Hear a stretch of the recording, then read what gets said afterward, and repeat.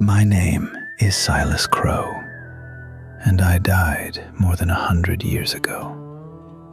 But the West still tells me its stories. So there's this thing about artists, right? They're always looking for the perfect medium.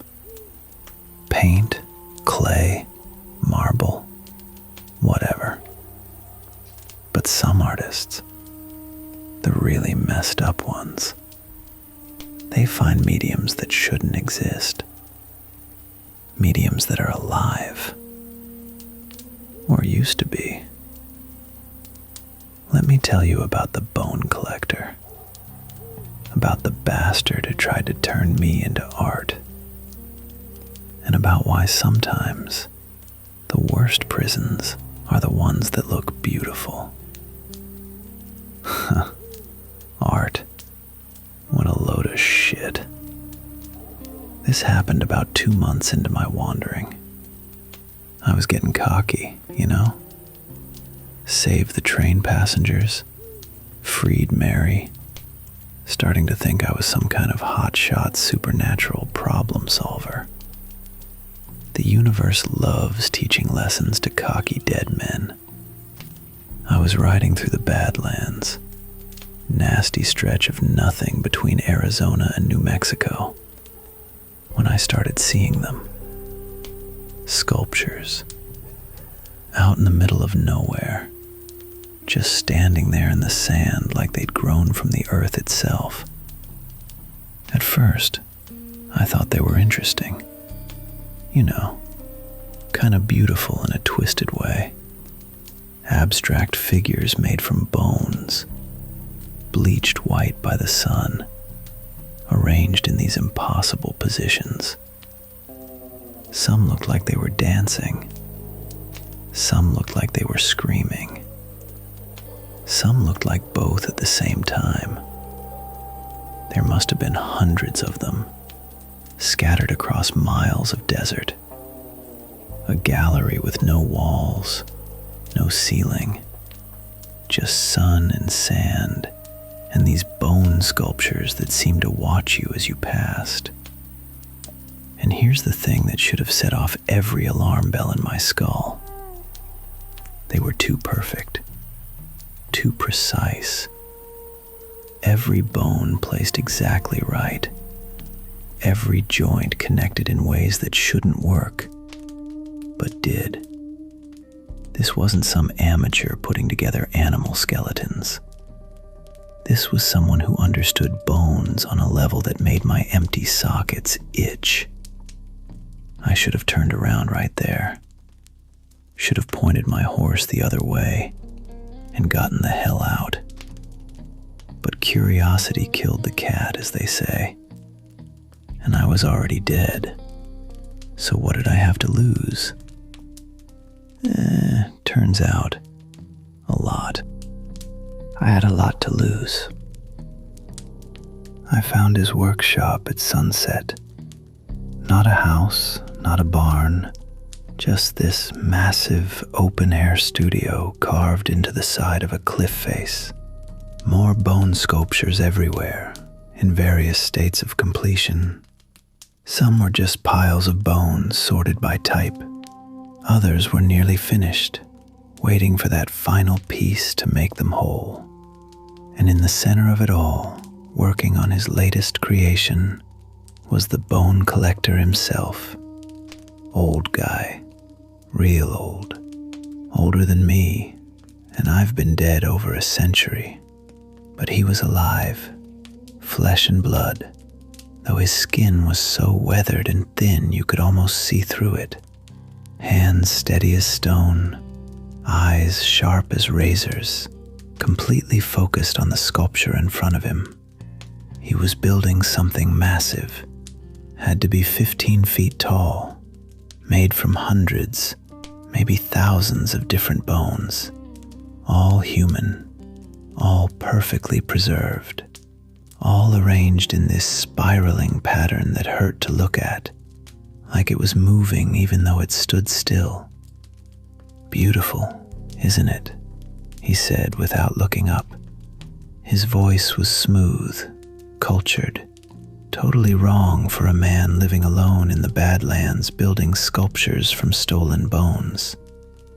I've been working on this piece for 3 years, nearly complete now. Just needs the right skull to crown it. Where'd you get all these bones?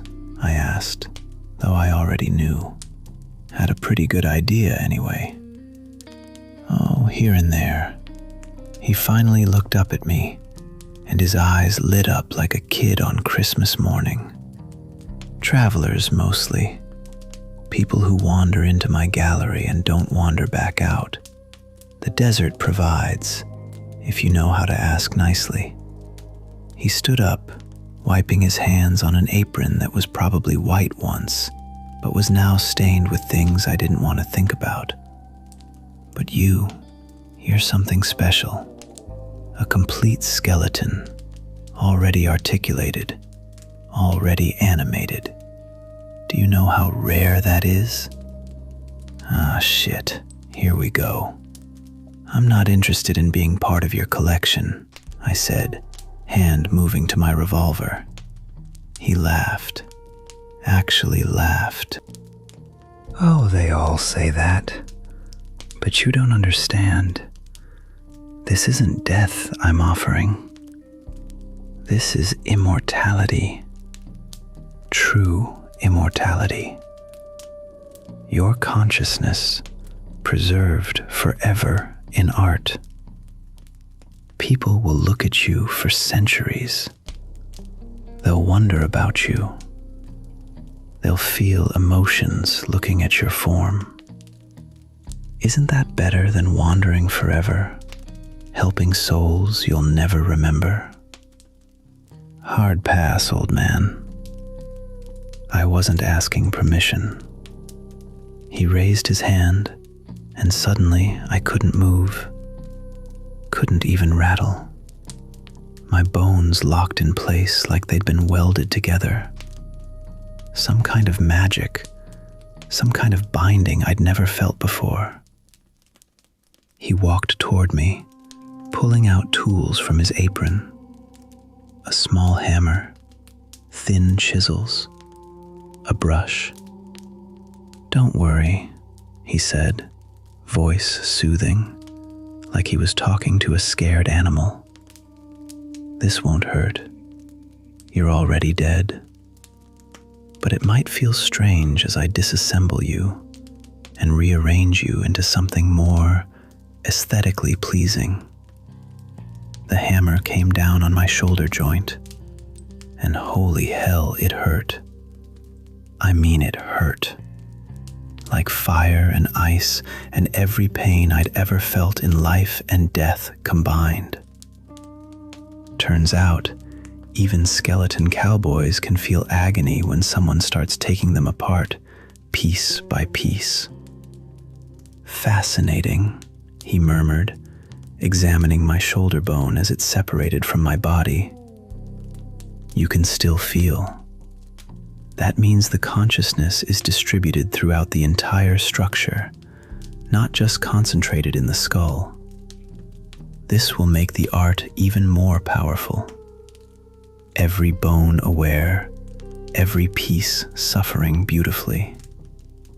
He reached for my rib cage. Now, I've been in some tight spots before, fought Apache warriors, survived curses, jumped off ghost trains. But this was different. This was personal. This bastard wanted to turn me into a statue, wanted to trap my consciousness in scattered bones arranged in whatever sick pattern he thought was pretty. And there was nothing I could do about it. The binding held firm. I couldn't move, couldn't fight, could only watch as he started pulling me apart like I was a puzzle he was solving. But here's the thing about being a wandering skeleton who's made it his business to help cursed souls. You meet people, make connections, learn things, and sometimes, just sometimes, of those things saves your bony ass. I remembered something Timothy told me. That kid from the train. His mother had been a medium before she died. Talked to spirits, knew things about the dead. And she'd told him that consciousness, real consciousness, can't be trapped if it doesn't want to be. It can be confined, suppressed, tortured, but not truly trapped, not if you fight hard enough. So I fought, not with my body, couldn't do that. The binding had my bones locked down tight. But my mind, my will, that was still mine. I pushed against the binding, pushed against the magic holding me, pushed with every memory I had of breaking free from the gold curse, of helping Thomas Garrett, of saving those passengers on the train, of freeing Mary from her loop. The bone collector noticed. "Stop that," he said, irritated. "You're making this difficult. Just accept it. Accept the art." "Go to hell," I managed to grind out through a jaw that barely moved. He sighed. "Such a waste. You could have been magnificent. Now you'll just be difficult." The hammer came down again, harder this time, and my left arm separated completely. He caught the bones as they fell, already envisioning where they'd go in his sculpture. But here's what he didn't understand.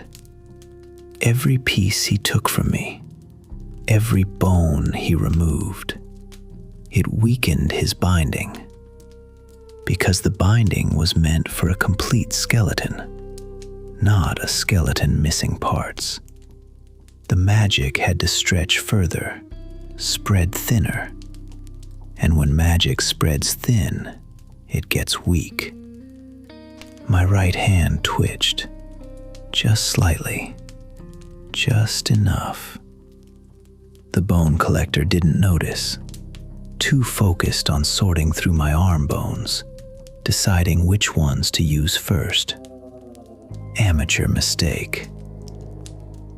Never take your eyes off a prisoner, especially one that's already proven it can break curses.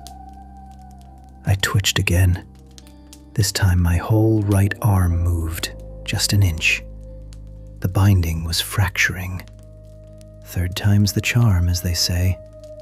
My hand shot out, grabbed his wrist, and squeezed. Hard. Bone fingers digging into living flesh, cutting off blood flow, making him drop the hammer with a very satisfying yelp of pain. "You want to make art?" I growled, voice coming out rougher, angrier than I'd ever heard it. "Let me show you what I can create." I yanked him forward, using his own momentum against him, and slammed him into the nearest bone sculpture. The whole thing collapsed, bones scattering everywhere, and the bone collector went down hard. The binding shattered completely. My arm bones flew back to me, reattaching themselves with clicks and snaps that echoed across the canyon. The magic that had held them held me, dissipated like morning mist. I stood over him, all my bones back where they belonged, rattling with fury. "You want to know the difference between you and me, old man? I used to trap souls, used to be the monster keeping people prisoner. But I learned. I changed. You? You're still just a sick bastard playing with bones." He scrambled backward, face pale, hands shaking. "You don't understand. This is art. This is beauty. This is..." "This is bullshit," I interrupted. "You're not an artist, you're a collector, and there's a big damn difference." I looked around at all the sculptures, hundreds of them, and I wondered how many had consciousness still trapped in them. How many were still aware, still suffering, still screaming silently from within their artistic prisons. "How many?" I asked quietly. "How many people did you do this to?" He didn't answer, didn't need to. I could see it in his eyes. Decades of this, maybe longer. Countless travelers turned into art, their bones stolen, their consciousness trapped, their suffering transformed into something he called beautiful. You know what? I was done being the reasonable one. I grabbed him by his collar, lifted him up with one skeletal hand. Easy to do when you don't have muscle fatigue. Here's what's going to happen. You're going to release every soul you trapped in these sculptures. Every single one. And then you're going to walk into the desert and keep walking until either the sun or the vultures take you. Your choice which. "I can't," he whispered. "The bindings are permanent. Once the sculpture is complete, the soul is locked in forever. That's what makes them so powerful. That's what makes them art." "Then I guess we're doing this the hard way." I dragged him to the center of his workshop, to that massive 15-foot sculpture he'd been working on for 3 years. Up close, I could feel them. Dozens of souls, maybe hundreds, all trapped in the intricate bone lattice, all screaming without voices. "This is your masterpiece, right? Your greatest work?" He nodded, terrified. "Good." I kicked the base. The whole thing swayed, unstable, incomplete without that final skull he'd been planning to add. My skull, probably. Ha, not today, asshole. I kicked it again, harder. Bones started to crack, connections started to fail. The collector screamed like I was killing his child. "Stop, please, it took years, it's priceless." "It's a prison," I said, and kicked it a third time. The sculpture collapsed. 15 feet of intricate bonework, 3 years of careful construction, countless hours of planning and execution. All of it came down in a cascade of clattering bones and released magic. And the souls trapped within? They erupted outward in a wave of light and sound that knocked both of us on our asses. Ghosts, dozens of them, finally free after years of imprisonment, finally able to move on to whatever came next. They didn't say thank you, didn't need to. The relief on their faces, the joy, the freedom, that was thanks enough. One of them, an old prospector with kind eyes, paused before fading, looked at me, nodded, then disappeared into the sunset with the others. The bone collector was sobbing, actual tears running down his weathered face, hands clutching at the scattered bones like he could rebuild it, like he could trap those souls again. "My art," he kept saying. "My beautiful art." "Your prison," I corrected. "And now it's over." I spent the next hour destroying every sculpture in that canyon, every single one. Some released souls. Some were just bones, empty and waiting to be filled. But I destroyed them all anyway, kicked them, smashed them, scattered them across the sand until there was nothing left but piles of bones that would never trap anyone again. The bone collector watched, broken, as his life's work turned to rubble. When I was done, when every sculpture was destroyed, I turned back to him. "Now walk," I said. "Walk into the desert and don't come back. Don't try to rebuild. Don't try to start over somewhere else. Just walk until the desert takes you. And if I don't?" I leaned in close, empty sockets meeting his terrified eyes. "Then I'll turn you into a sculpture. And I promise, my artistic vision is a lot less pleasant than yours." He walked, stumbled into the desert, crying, broken, just another victim of his own evil. I don't know if the sun took him, or the vultures, or if he's still walking out there somewhere. Don't really care, long as he's not making art from stolen bones. I stayed there that night, in what used to be his workshop, built a fire from the wooden frames he'd used to position his sculptures, sat among the scattered bones and thought about art, about beauty, about the line between creation and imprisonment. Here's the thing about art, friend. Real art, good art, it should free you. Should make you feel something, think something, see the world different. It shouldn't trap you, shouldn't hurt you, shouldn't turn you into an object for someone else's vision. The bone collector, he didn't understand that. He thought beauty justified suffering, thought art was worth any price, even if that price was someone else's eternal torment. But I learned something different. I learned that the most beautiful thing in the world is freedom. Freedom to choose, to change, to move on. And anything that takes that away, no matter how pretty it looks, is just another kind of curse. I rode out at dawn, leaving the scattered bones behind. Let the desert reclaim them. Let nature turn them back into dust and sand and memory. Better that than being part of some sick bastard's gallery. But I couldn't stop thinking about those souls I'd freed, about how long they'd been trapped, aware, suffering in silence while people looked at them and called them beautiful, about how close I'd come to joining them. Made me realize something important, made me understand why I'm really doing this wandering thing. It's not just about helping souls find peace. It's about freedom.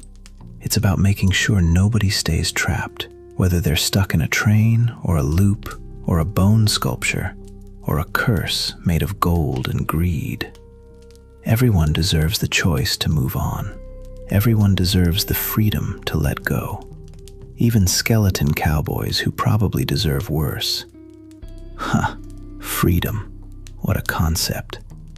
I've run into 3 more bone collectors since that night. Seems it's a thing, using bones for art, for magic, for power. Each time I do the same thing. Destroy the sculptures, free the souls, send the collector packing. Getting pretty good at it, actually. Got a reputation now in certain circles. The skeleton that breaks bone art. The dead man who won't let others be trapped in death. Catchy, right? There's probably more of them out there. More collectors, more artists, more sick bastards who think suffering can be beautiful if you arrange it just right. And I'll find them, eventually, one by one. And I'll break every damn sculpture they make. Because here's what I know now, what I learned from the bone collector, and every cursed soul I've met since breaking my own chains. Art is meant to be seen and appreciated, but souls are meant to be free. And anyone who confuses the two deserves exactly what the desert gives them. Nothing but sun and sand, and the slow, certain knowledge that they're dying alone for sins that can't be forgiven. Maybe that's too harsh. Maybe the bone collector deserved a second chance, like I got, like Mary got, like those train passengers got. Nah, screw that. Some people don't deserve second chances. Some people just deserve to walk into the desert and keep walking until something bigger and meaner than them decides their story is over. And I'm okay being the one who points them in that direction. So next time you see bone sculptures in the desert, friend, maybe don't stop to admire them. Maybe don't get too close, because you never know if those bones are empty or if there's someone trapped inside, screaming silently, waiting for someone to kick the whole thing over and set them free. And if you do stop, if you do get close, and you hear something that sounds like whispers from the bones themselves, do me a favor. Kick that shit over. Free whatever's inside. And if the artist complains, if some old bastard comes running out yelling about his work being destroyed, tell him Silas Crow sends his regards. Tell him I'm still out here, still breaking curses, still freeing souls, still making sure that freedom matters more than beauty. Every single time. Now pass me that bottle. This fire's dying, and I got another story to tell. Something about coyotes that talk with human voices and secrets they shouldn't know. But that's for next time. For now, just remember, art should free you, not trap you. And if someone tries to make you into art against your will, fight like hell.